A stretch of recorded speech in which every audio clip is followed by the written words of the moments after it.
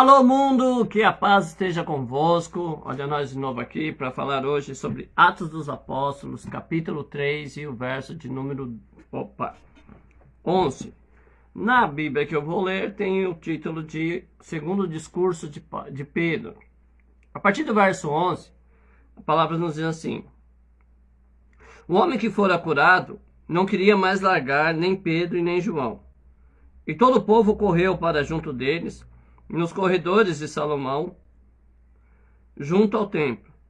Diante disso, Pedro falou ao povo: Homens de Israel, o que há de tão assombroso nisso?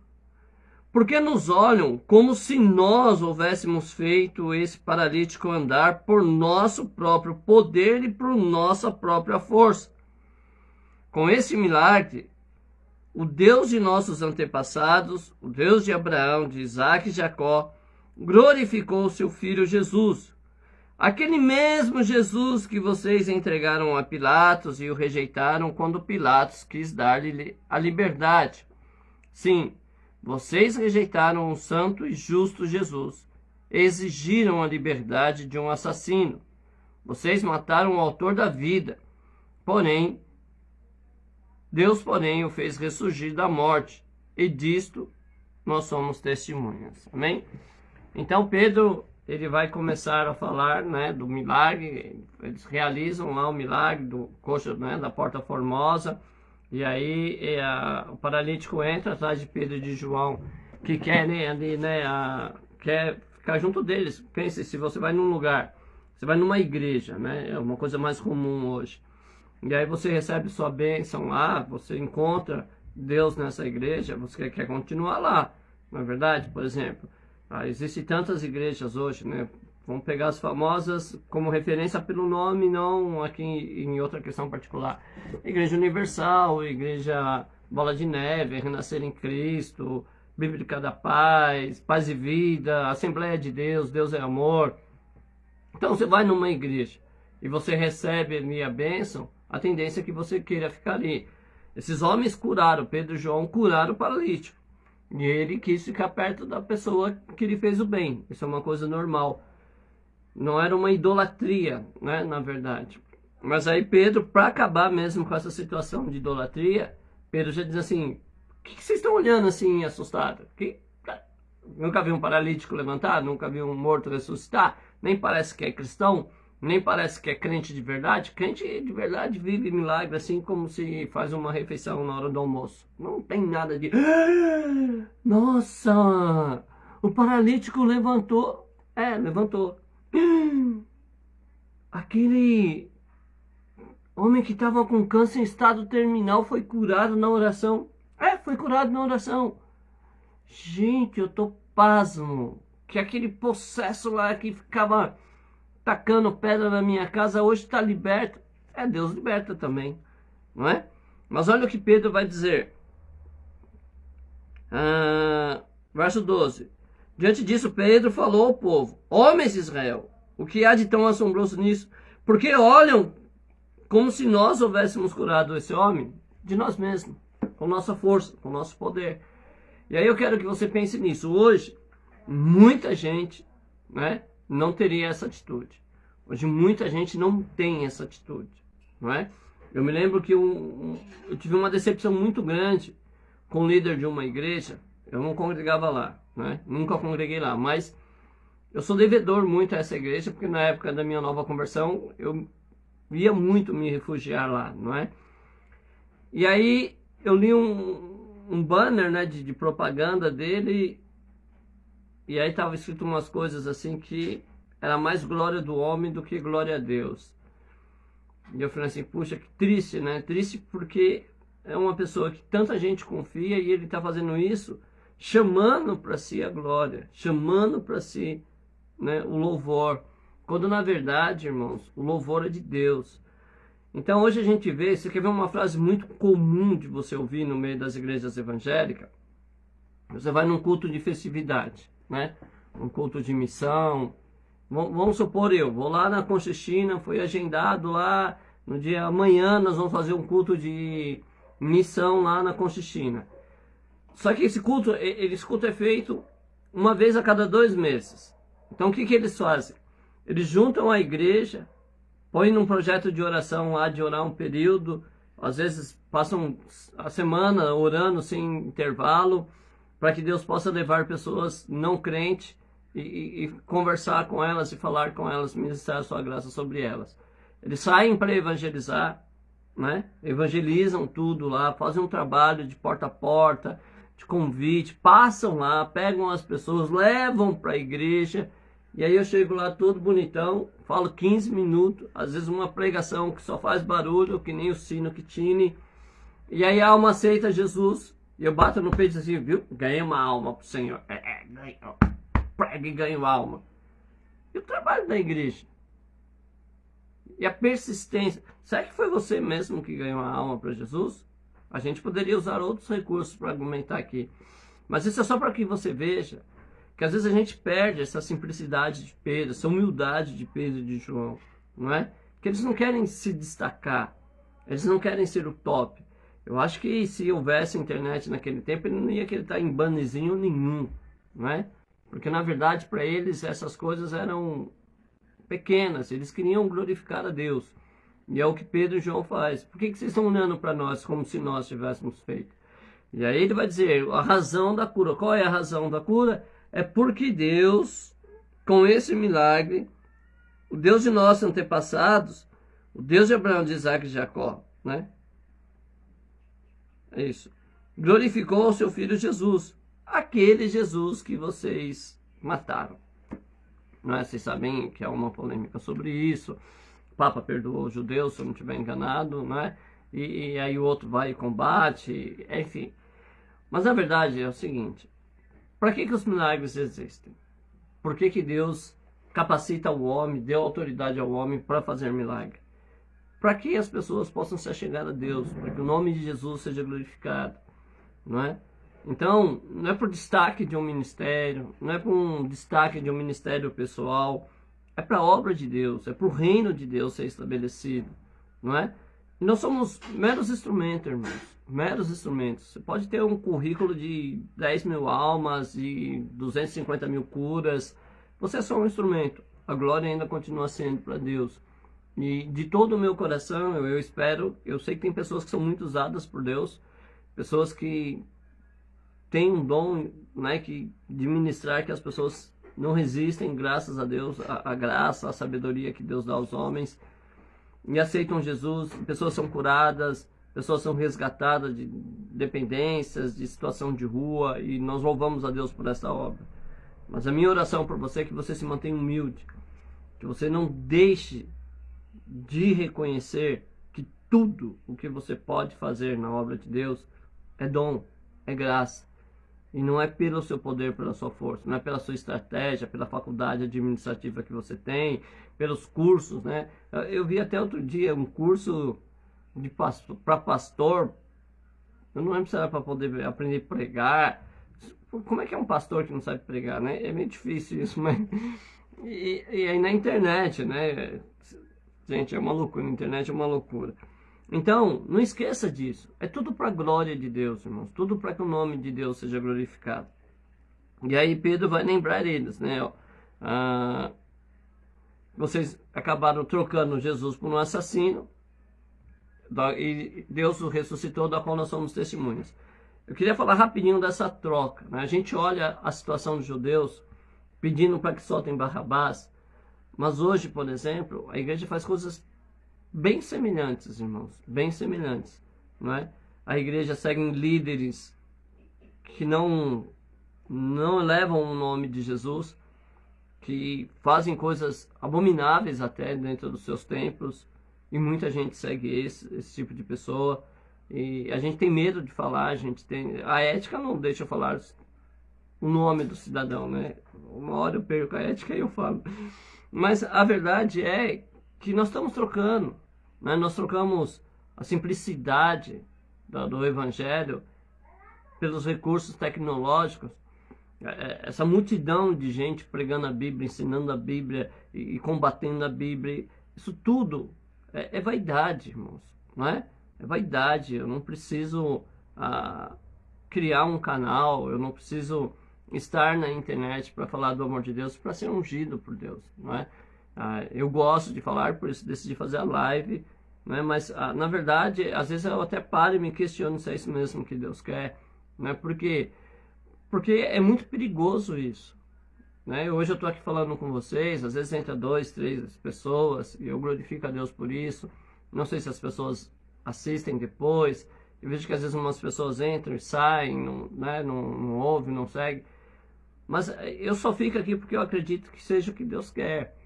Mas eu sei que um dia Deus pode me dar graça e mandar uma mensagem que impacte, né?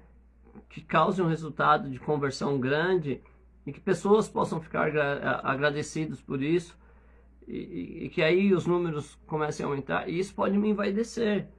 E eu tenho muito cuidado com a vaidade, porque eu já caí por causa da vaidade, né? Quando eu fiquei fora os 3 anos lá, foi exatamente por conta da vaidade. A gente começa a achar que sabe tudo, que Deus é ali brother, e o estalo dele vem e faz, e a gente acaba assim, vai descendo com isso, né? E aí Pedro diz que não, que a gente não pode trocar Jesus, né? A gente critica quem trocou no passado, mas a gente troca às vezes por uma fama, por uma glória, um aplauso, às vezes por um restaurante, às vezes por um jantar, às vezes por uma viagem de primeira classe. Tem gente trocando Jesus por pouca coisa, né? Aí o verso 17 diz assim: eu bem sei, irmãos, meus irmãos, que tanto vocês como o chefe desse povo agiram dessa maneira por ignorância. Mas desse modo Deus cumpriu o que os profetas predisseram que o Cristo teria que sofrer. Por isso mudem de atitude, convertam-se a Cristo, aceitando-o como Deus, Mestre e Senhor, para que os pecados de vocês sejam perdoados. Só assim virão da parte de Deus tempos de alívio, e o Senhor Deus enviará para a vida de vocês Jesus, que é aquele Cristo que havia sido prometido, não é?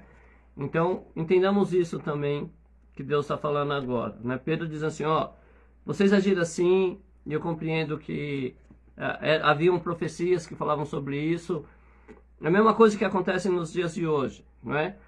Se as profecias falavam de Jesus sofrer, de ser crucificado, de ser traído, a profecia para o nosso tempo é tempos difíceis, trabalhosos, homens mais amantes de si do que companheiros de Deus, pessoas que não podem ouvir a verdade, elas não suportam, entendeu? Não suportam.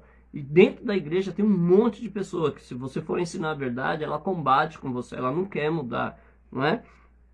E Pedro está falando justamente sobre isso, ó.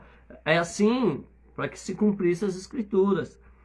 Então nós, né, as pessoas que gostam da Bíblia, as pessoas que leem a Bíblia, que se preocupam com a vinda de Jesus, nós temos por certo que muitas pessoas ainda vão acabar cedendo a essa pressão de negar a Jesus, de mudar o Evangelho, né? A Bíblia diz assim, olha, não é um outro Evangelho, mas é o Evangelho de Jesus que eles torceram para a própria perdição. E a gente vê muita gente que pega o texto bíblico e faz uma curva horrenda na palavra e acaba ensinando cada coisa estranha, cada coisa, sei lá, doida mesmo, de pedra mesmo, não sei, esse caso é manicômio. Mas esse pessoal consegue arrastar seguidores, né? Eles conseguem fazer sucesso via internet, os pregadores, as igrejas que abrem a porta para eles, porque como eles são polêmicos e estão em evidência, eles podem falar o que quiser, que a igreja não julga, sabe? Que a igreja não peneira para saber se é de Deus ou não. E aí então, Pedro está falando sobre isso. E Pedro volta então chamar os judeus ao arrependimento, não é? Ó, vocês estão errando, Deus está falando que vocês estão errando, agora mude de atitude, se arrependam, convertam-se ao Senhor, para que venha um tempo de alívio, não é? Eu encontrei um amigo meu hoje na condução e ele estava falando, né, também do Evangelho, e ele estava falando sobre a necessidade que nós temos, irmãos, de trabalhar com assistência social, né, de incentivos para jovens. Como é difícil manter jovens na igreja, em algumas igrejas, né, porque eu vou usar alguns exemplos aqui que a juventude vai em grande número. Por exemplo, a congregação cristã. É uma igreja muito rígida nos usos e costumes, mas tem na música, tem muitos jovens, jovens que andam, né, muitas vezes de paletó e gravata, os homens, e as meninas com as saias um pouco mais longas do que o normal da idade delas, e elas são felizes, não é? E tem prazer de ir na igreja, tem prazer de ir nas reuniões de jovens e menores, enfim, é bacana isso, né? Aí a gente tem, né, Renascer, a gente tem Bola de Neve, Universal, né? É incrível como os jovens e os adolescentes da Universal, eles têm alegria de serem cristãos, eles têm alegria de estarem na igreja, de passar o fim de semana na igreja. Eu falo isso, não é porque eu frequento a Universal, não é isso. Eu também não tenho nada contra, porque eu nem conheço muito o trabalho deles. Eu tenho um amigo, Jean, né, que mora aqui perto, e ele é da Universal, tem um trabalho lá com música, com dança, não sei nem se ele ainda continua com isso, faz tempo que eu não falo com ele.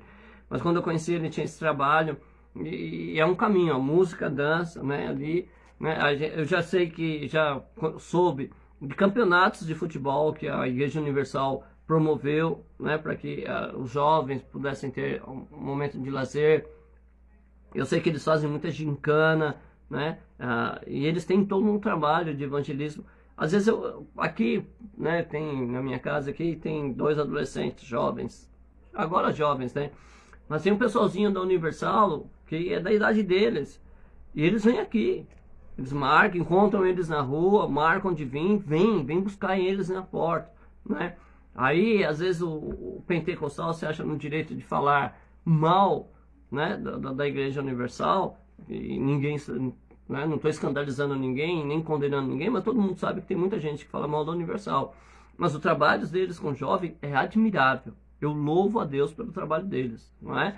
Que essa juventude deles cresçam cada vez mais na palavra, cresçam cada vez mais na unção, na virtude do Espírito Santo, e que essas obras não cessem, não é?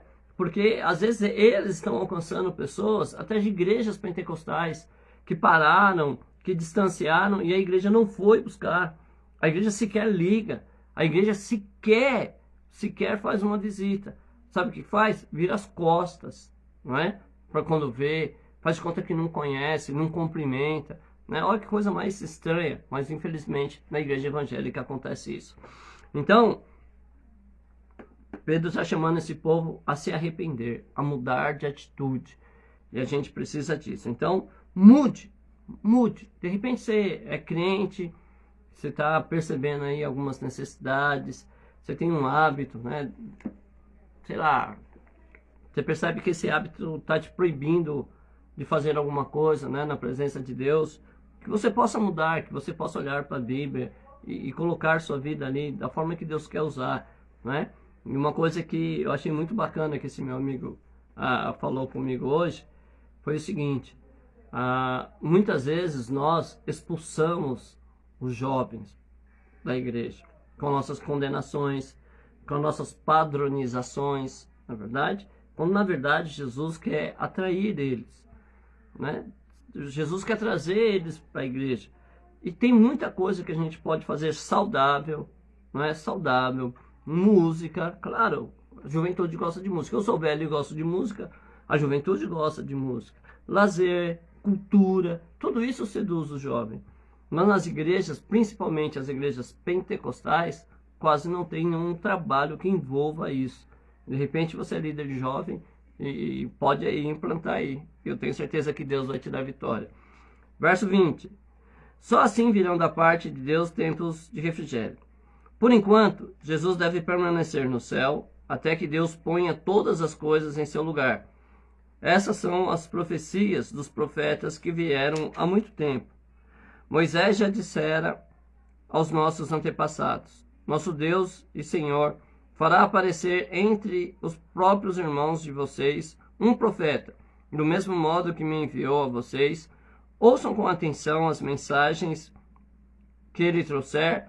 Todo aquele que não ouvir esse profeta será destruído e afastado do meio do povo. Quem não ouvir esse profeta será condenado.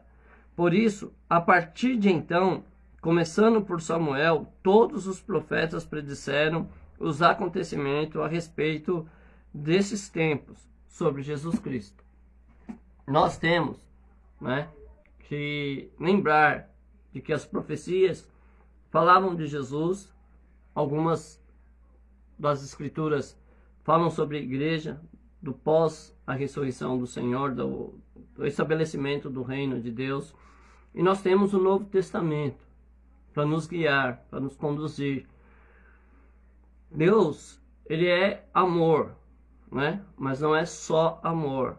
Ele é amor, ele é justiça, ele é bondade, ele é misericórdia, mas ele é rei. E ele estabeleceu as normas para o seu reino, não é? Imagine, nosso presidente não daria para fazer isso porque nós somos um país democrata, né? Mas imagine um reino, ou uma casa, né? Um lar, onde o pai determina as regras. E diz assim, ó, essas coisas só vão funcionar se for assim. Ou um orfanato, uma escola, um time de futebol, existem as suas próprias regras. O reino de Deus, existe as regras dele. Então não dá para mim burlar isso. Nós brasileiros temos dificuldade por conta de um tal de JB, né? Jeitinho brasileiro. As gambiarras da vida. No céu não entra, não tem jeito. E não tem jeito de eu entrar no céu pelo jeitinho brasileiro, pela malandragem brasileira. Por quê? Porque tem todo um passo a passo. Tem todo um caminho para chegar ao céu. Tem todo um caminho. Ah, mas a salvação não é pela graça? Sim, a salvação é pela graça. Mas quando você recebe a graça, quando você é agraciado, a sua vida muda. E isso as pessoas não conseguem entender, não é? As pessoas não conseguem entender que a graça é transformadora. E uma graça que não transforma é desgraça. Né? A graça de Deus, ela muda. A gente pode usar o próprio Pedro, que está pregando agora, né, dentro do templo, porque realizou um milagre há poucos minutos. Quem é esse Pedro? Pedro é um homem precipitado, um homem que faz julgamentos rápidos, que não pensa muito no que vai falar, né? É um homem que é atrapalhado da vida. Mas ele recebeu a graça. E aí muda. Agora já é temperado. Agora não é mais tão pesado de letra, né? De boca. Agora ele sabe ponderar e fala. Depois você vê os discursos dele, né? Um homem que era considerado indouto, e ele fala agora com muita eloquência. Então houve uma transformação. Aí daqui a pouco nós vamos estudar Saulo, que também está ali no seu trabalho, um homem que já conhecia as Escrituras, mas não era convertido a Jesus. E quando tem um encontro com Jesus, quando ele recebe a graça, a vida dele transforma, né? Os irmãos até brincam aqui de perseguidor virou perseguido.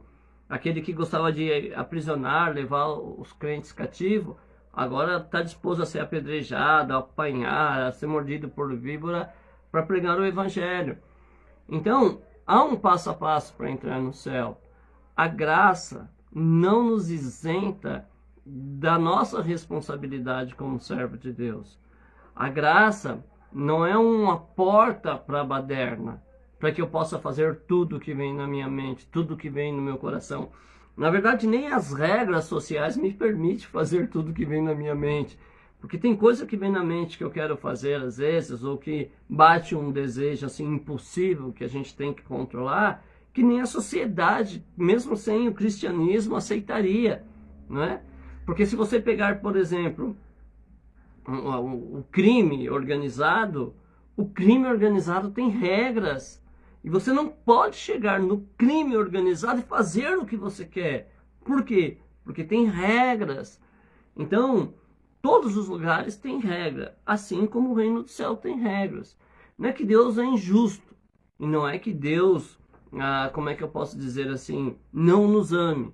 Mas as regras são prova do seu amor, não é? Porque se você vive numa família com mais de 2 filhos, né, seja você o pai ou o participante dos filhos, né, um dos irmãos, você deve saber que no momento de contenda, quando os irmãos brigam, geralmente eles condenam o pai, né? Eles acusam os pais de ter um preferido. E isso é errado, não é? Então, se existisse mesmo essa preferência, haveria uma injustiça. Então Deus também não tem preferidos, como alguns acreditam aí. Não existe isso, viu, irmãos? Todos nós podemos, sim, acabar sendo desligados da graça de Deus. Podemos, sim, seguir um caminho que nos leve a perder a salvação, não é? Se a gente não ficar atento, se a gente não se arrepender. É muito perigoso isso. Então Pedro chama a nação de Israel ao arrependimento, e eles ainda liam a Bíblia, eles ainda participavam dos cultos de sábado, mas a visão deles já tinha se esfriado acerca da fé. E é o que acontece hoje na igreja. Nós ainda vamos para a igreja, ainda temos cultos quase todos os domingos, algumas igrejas culto quase todo dia. Só que o que acontece? A gente se esfriou, a gente não se preocupa com o amor ao próximo, a gente não se preocupa em se unir para vencer o inimigo, a gente não se preocupa com o número crescente de jovens viciados, a gente não preocupa com o número crescente de jovens praticando sexo de forma descontrolada, não é? Esse apelo sexual que existe na juventude, a gente não se preocupa. A gente não se preocupa com, nem com o lugar que eu frequento a minha fé. Às vezes a gente se preocupa, porque eu vou, né? Eu às vezes tenho reuniões assim com irmãos e a gente fala de tudo, né? Quando Deus permite, e são pessoas que a gente conhece, né? E aí a gente conversa sobre tudo. E eu sempre fico triste quando a gente pega, por exemplo, vamos falar de uma congregação, vamos falar de uma igreja, de uma estrutura, né, da fé, que não deveria existir, mas infelizmente existe. E aí você diz assim, mas essa estrutura aqui está errada. Eles estão fazendo isso de errado. E a pessoa diz assim, mas a salvação é individual, eu estou lá, mas eu não faço o que eles fazem. Né? Olha só, é triste isso, porque se ele está lá e ele condena o que acontece lá, ele é herege. Eu sou membro da Igreja da Conchichina. Eu não aprovo o que a Conchichina faz, que o Ministério Conchichina. Eu não estou falando de erros pessoais. Toda igreja tem problema. Tem. Nós somos seres humanos, eu tenho uma ideia, você tem outra. Eu tenho uma visão, você tem outra. Eu aprendi de um jeito, você de outro. Eu tenho um carisma por pregadores de uma certa linhagem, você tem por outros. Então nós vamos ter conflitos sempre. Não é disso que eu estou falando. Eu estou falando da estrutura da igreja, né? Eu estou falando do modelo, do regulamento interno, do modelo administrativo da igreja. Porque se o modelo administrativo da igreja é errado, desculpa, mas eu tenho que falar a verdade. Um cego só guia o outro para o abismo, irmão. Só. Eu poderia falar, não, vai aí, Deus vai fazer obra, não é? Fica aí mesmo, Deus te colocou aí. Não, tem lugar que Deus não está. Tem nome de evangélico, os cultos são lidos a Bíblia, mas a direção, a estrutura não é cristã, não é? É feito com barganhas, é feito com negociatas, é feito as portas fechadas, obscuras, não tem transparência. Então esse tipo de lugar não é um bom lugar para você buscar a Cristo, até porque quem está lá em cima já tirou Cristo desse lugar, desse convívio, não é? Então a gente tem que se preocupar com isso. Então procure ler a Bíblia e deixar que o Espírito Santo te conduza. Deixar que o Espírito enxerte a Bíblia em você como maneira de viver, não é? Primeiro começando com você, depois a sua mudança vai gerar mudança em muita gente. A gente precisa começar a mudar em nós. Sabe, que a gente está travado. A igreja está travada. A gente tem medo de pregar a verdade. A gente tem medo de dizer que alguma coisa é errada. Mesmo que a Bíblia diga, a gente tem medo. Medo de que as pessoas não gostem de nós. Medo de que as pessoas... Irmãos, cabe mais agradar a Deus ou aos homens? A gente não é brigão. A gente não está brigando, né? Eu até falo que existe um pregador famoso aí, eu até gosto, quer dizer, eu até gostava do jeito que ele pregava, parecia ter muita sabedoria, só que ele se perdeu combatendo o erro que as outras igrejas fazem. Irmãos, eu não tenho nada a ver com outra igreja, eu não tenho nada a ver, sabe, eu tenho uma preocupação com o meu rebanho, E esse meu rebanho eu tenho que zelar por ele. Ah, mas lá não importa, cada um vai ser julgado, Deus vai dar conta, vai fazer cada um dar conta do seu ministério. A minha preocupação é administrar quem Deus colocou sobre minha responsabilidade, não é? E eu não preciso ficar atacando ninguém. Se eu conseguir fazer uma obra verdadeiramente de Deus, se eu conseguir verdadeiramente viver da maneira que um servo de Deus deve viver, outras pessoas também vão acabar seguindo isso, né? Inevitavelmente os nossos caminhos vão se cruzar e nós vamos nos unir e outras pessoas vão chegando, e isso vai crescendo, né? E isso vai ser bacana, isso vai ser transformador dentro da igreja, fora da igreja, mas a gente não precisa ficar combatendo ninguém. Então escapa por tua vida, se fortaleça no Senhor, deixe que o Espírito trate com você, não é? A gente tem essa divisão eclesiástica no Brasil, e eu já disse que isso, eu sou totalmente contra, tá? Totalmente contra. Mas a gente tem que entender que já existe isso, que para mudar é difícil, mas a gente não desiste, a gente ora a Deus para que isso acabe, e vamos criando meios aí, tentando ver se a gente acha um caminho para essa unificação do Evangelho de Jesus. Quando a placa não será mais importante do que o Evangelho, quando o nome da denominação não será mais importante do que o Evangelho, nós seremos o povo de Deus, né? Então vai ser bacana isso. Mas enquanto isso não chega, não é? Enquanto nós não conseguimos mudar toda essa estrutura, vamos mudar aos pouquinhos nós mesmos, as pessoas que nós podemos. Vamos ser servos do Senhor, praticar a justiça de Deus, não é? Cada um do seu modo. Eu, Alexandre, não vou dizer que você nunca vai ver, não é? Não, eu sou muito transparente, eu não sou perfeito, eu tenho algumas coisas que as pessoas não entendem. Pela Bíblia, eu sei que eu deveria abrir mão de algumas coisas, mas eu acho tão pequeno, né? Eu me fechar porque as outras pessoas simplesmente não querem nem deixar eu argumentar, nem explicar o porquê. Eu sei que o meu propósito deve ser não colocar escândalo. Então, a minha vida, ela é assim há muito tempo.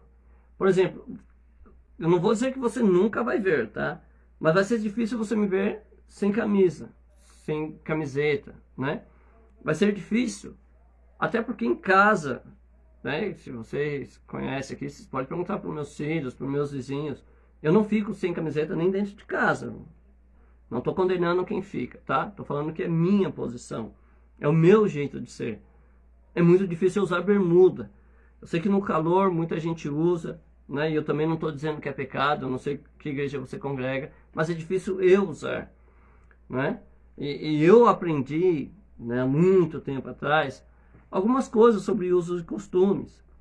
Eu faço disso regra de vida? Não. Eu sempre, conversando com as pessoas, eu digo, se você está numa igreja que tem usos e costumes, obedeça, porque se você desobedecer, está em rebelião, rebelião é pior que feitiçaria, né? Então, você está num lugar que cobra, use.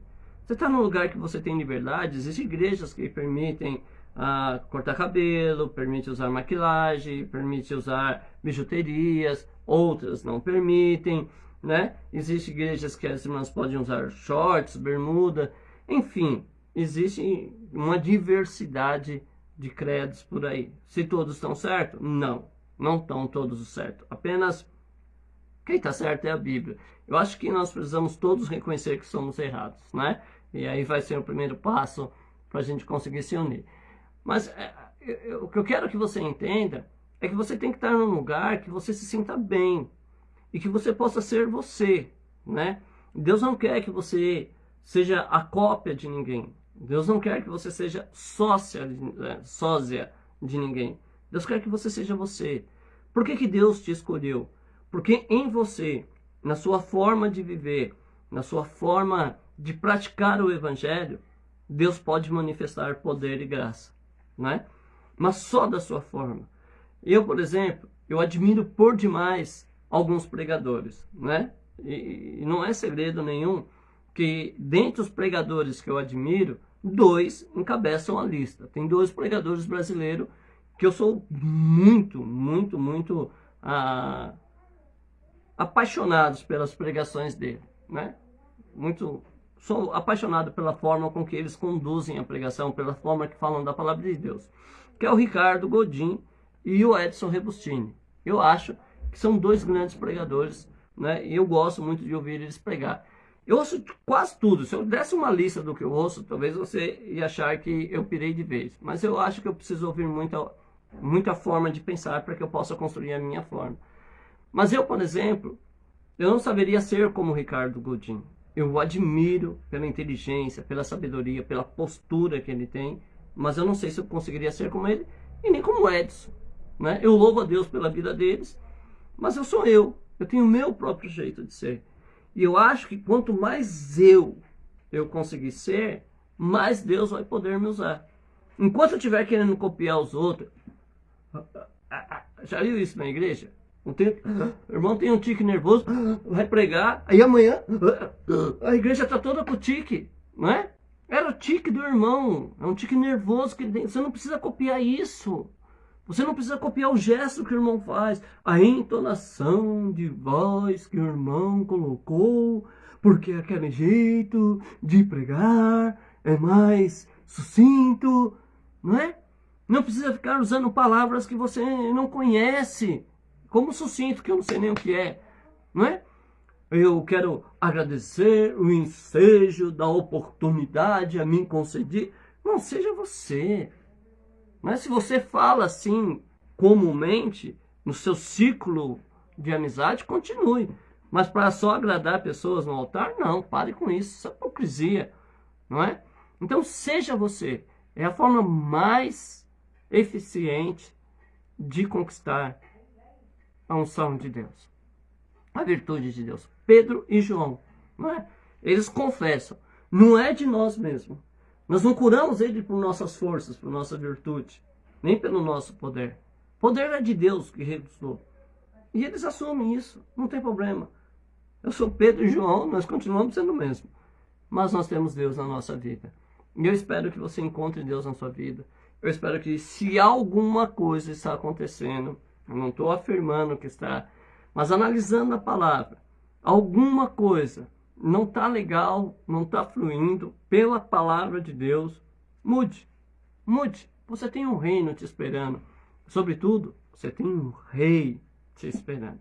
Quero agradecer a presença de todos, convidar você para amanhã, a gente vai começar o capítulo 4 de Atos dos Apóstolos. Mais uma vez pedir que ore por mim, aquela oração que o apóstolo pediu, para que me seja dada a palavra com confiança. Tem alguma dúvida? Entra aí nos comentários, chama no PV, a gente vai conversar, vamos tentar esclarecer tudo, não é? Se eu não souber, tem um leque de amantes da Bíblia para a gente consultar, graças a Deus, né? Eu tenho bastante irmãos e irmãs que gostam da leitura bíblica, que gostam do estudo bíblico, e quando a gente não sabe, a gente recorre a eles, para a graça de Deus. Temos anciões, né? Irmãos e irmãs, às vezes mais velhos, que às vezes nem tem tanto domínio da Bíblia, não é? Mas eles conseguem, na sabedoria deles, nos levar a entender a Bíblia de uma forma melhor. Então, o propósito é crescer. Não falo de números, falo de intimidade com Deus, falo de vida com Deus. E eu espero que isso aconteça no seu viver. Uma boa noite, bom descanso. Amanhã eu te espero então às 22h30, se Deus permitir.